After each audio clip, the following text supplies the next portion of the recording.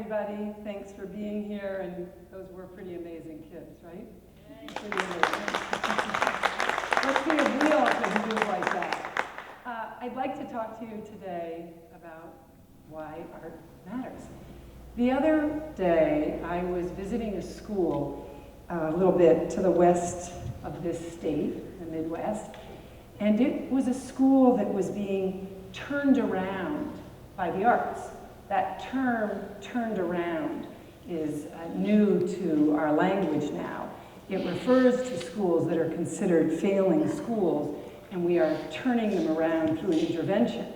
I've visited a lot of these kinds of schools in my work, but this school was being turned around by the arts. I was so excited. I walked into the school, and everywhere on the walls was brown paper. You know that kind of brown paper that you see in the art rooms that comes out of those rolls? Can you picture that? That kind of brown paper? Everywhere. In teachers' offices, all over the classroom walls, everywhere. And I was so excited, and I said, great, give me the paintbrush, give me the pen. I want to contribute to this whole school mural. Because of course I thought that's what was going on in this school that was being turned around by the arts. My colleague looked at me like I had 7 heads, and she said, Linda, what are you talking about, murals? We are in high-stakes testing season, and we are mandated to cover all of the print material in this school to avoid cheating.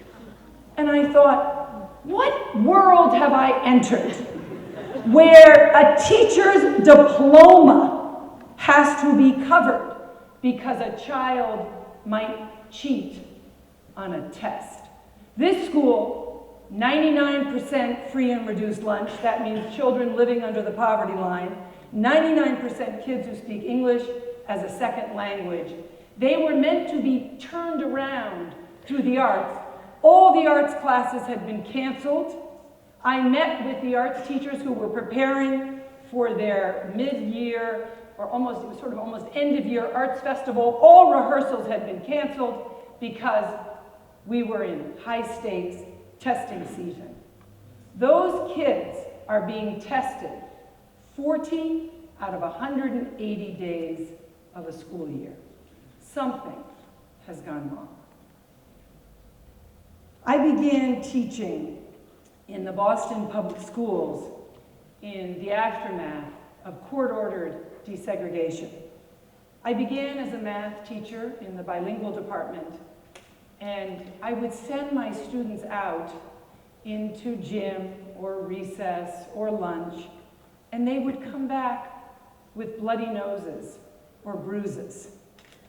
I sat in on more suspension hearings than I did meetings with parents about homework or other things that we would want kids and families to be engaged with. This was supposed to be a time of racial healing. It was a frightening time in this city, a frightening time to see the lack of understanding between races, between classes, between people. I decided, along with some of my colleagues, that one way to combat the mistrust, the prejudice, and the hatred was through the arts. I began an after-school theater program where I would teach my students, all bilingual Latino students, the dances, the history of their culture. This is a very old photo, as I'm sure some of you in the room might actually recognize that show that we did back in the late 70s. Pretty soon, in the auditorium of that middle school, I had other students knocking on the doors to get in to my after-school theater program. African American kids, white kids, even our deaf kids. And before I knew it, I had an after-school theater program that was actually creating a place of belonging for all of the students in the school. We did a show that I wrote about people going back in time to meet important historical and cultural figures that would represent important times from my students' history. They met in the play Raymond Betances, Benjamin Banneker, Mother Jones, and Toussaint Louverture. So if you have any sense of that lineup, you know something about my politics. And their opening night in the front row was my principal, flanked by 2 school committee members. In those days, in Boston, you didn't put on a show without the approval of the school committee. And I hadn't talked too much about what the show was really about and who was going to be on stage. And I heard my principal say, he had a real Boston brogue, I won't do it justice, something to the school committee members to the effect of, don't worry, I know she's a communist, but it really doesn't matter because suspension rates have gone way down and you know, all the kids are getting along now, so it's all right, don't worry. Was that all right? So what I learned early in my career is that theater could bring young people together across prejudice, across mistrust, across language, to put on a great show. In 1998, I had the privilege of starting the Boston Arts Academy, and it is one of my proudest moments. And this is a school, as you've seen, that puts the arts at the very center of the curriculum. We knew that we could create a school that students could engage through long periods of time and where we would teach the skills of collaboration, being in an ensemble. When you sing in another person's language, when you tell the story through song of another person's experience, you are creating something with the audience that is absolutely unmeasurable, certainly cannot be measured on a standardized test. We are teaching kids to persist over long periods of time, sometimes on their own. These are the skills that we say are the 21st century skills for our young people. We are teaching, as you've just seen today, kids to collaborate, to perform at a high level of aesthetics. And we're also teaching kids to practice and to care about something that may be beyond them. I want to tell you the story of Raul here. Raul is a drummer. Raul came to the Boston Arts Academy, average student, but one of the things that students at the Arts Academy have to do in order to graduate is a senior project. This is a project where they have to take a community issue, something that they care deeply about, and bring their artistic and academic skills to bear on that issue, to truly make a difference about something in their community.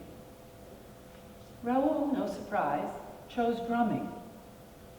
Students present their projects in front of a panel of judges, and he was asked, why drumming? And Raul explained that for him, drumming comes from the heart.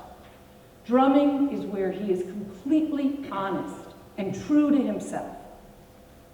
But the next question was, your project, Raul, is about working with homeless men and teaching them to drum so that they can give back to a homeless shelter. Where's your connection with that? Raul looked down. He's not a very outspoken young man. He looked up again and he said, my uncle was my first drum teacher. My uncle is homeless. I want to do something for my uncle. And he did. As a senior in high school, as a young man, he was given the chance to create a project that mattered deeply to him, that showed his passion, that showed how he could make an impact on society, Now, granted, did he change homelessness in this city? No. But did he raise some money for that shelter? Yes. Could I stand here and say that his uncle is out of the shelter? No. But I can say, because I talked to him the other day, that he is still in school, in college, still working on his drumming, studying sociology, because he will make a difference in homelessness in this city. So what I want to say to you, by way of wrapping up, is the arts are critical to how we engage not just adults, but all young people. The arts are critical if we want to change our schools. The arts are the key ingredient, I would argue, for making this world a better place. One day, recently, a young girl said to me, I asked, why did you want to come to our school? And she said, what? School? Without the arts? It isn't school. She said, art matters. Thank you.